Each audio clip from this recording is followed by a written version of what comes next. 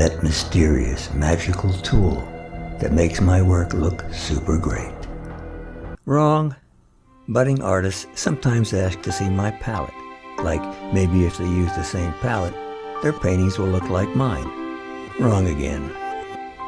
After checking out the palettes of some of the greatest artists in the world, I had a marvelous discovery. No two are exactly alike. Amazing. So I tried this palette from one of the greatest artists of the past century, Andres Zorn. It worked for a while, but my portraits still didn't look like Zorn's.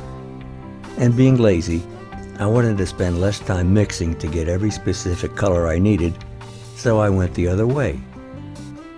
Bought every single color I thought I could possibly use and made this palette.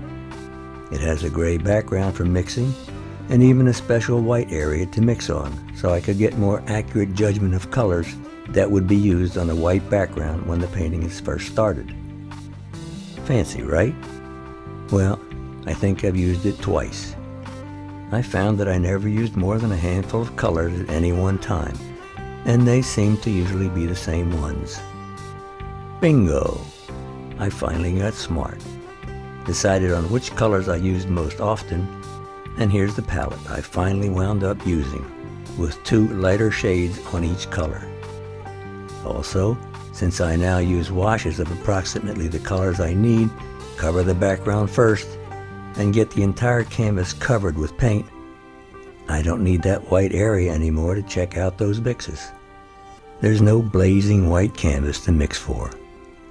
This really wasn't rocket science, just plain old common sense. Now, rather than just copying my palette, which is okay if you want to do it, here's something you really need to do if you haven't already done it. Find out what your paint colors look like, especially when they're mixed with white. Take some canvas boards, or just canvas paper. Mark off a bunch of squares and put down a sample of every color you have. Then start adding white in a series of shades. I used 5 here, but 2 is probably good enough. In fact, here's another way of doing it, where the white is added slowly to make a continuously lighter version of each color. This is a tool that you can refer to when you can't seem to decide on the color you need. Now, if you're really serious and thinking of becoming a professional artist, here's the next step. Find out what happens when you mix 2 colors together, like here, where I mixed yellow ochre, burnt sienna, then lemon yellow, then cadmium yellow, and so on. And after that, also see what happens when you add white. Here, I added 3 stages of white to each mixture.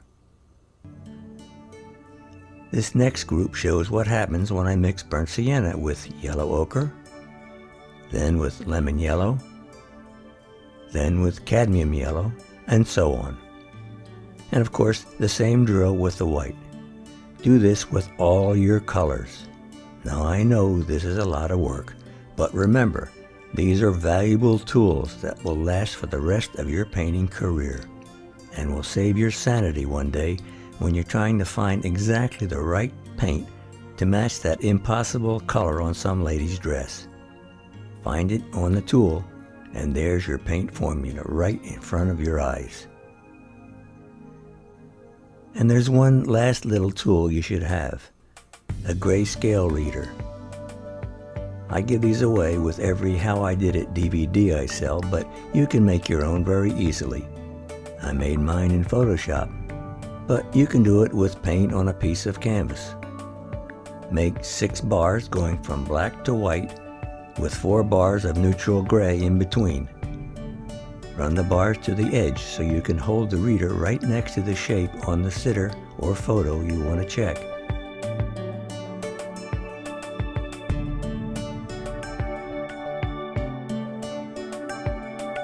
Then check your painting. You want to match that value. It works great. Well, now you have my palette and all my secret tools. Your painting should look exactly like mine, right?